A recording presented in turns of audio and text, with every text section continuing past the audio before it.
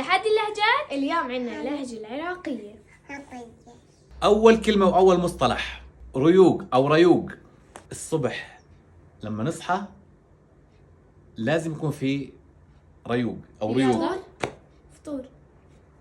فطور، أحسنتي. علاقة. علاقة. علاقة إيش حبيبتي؟ ملابس. هاي علاقة، إحنا علاقة. حطها لو سمحت بتاعت الباء. علاقة. شبع. ماكو ما تعرفون العلاقة؟ لا. طيب من تشتري جيب وياك علاقة أو جيب الأغراض بالعلاقة. كيس. كلاوتشي بابا، كلاوتشي.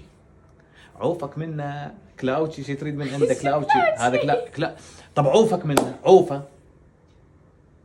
حنجيها. ايوه عوفة يعني اتركوا. شاهدوا بقية الفيديو على قناتنا على اليوتيوب وصفحتنا على الفيسبوك.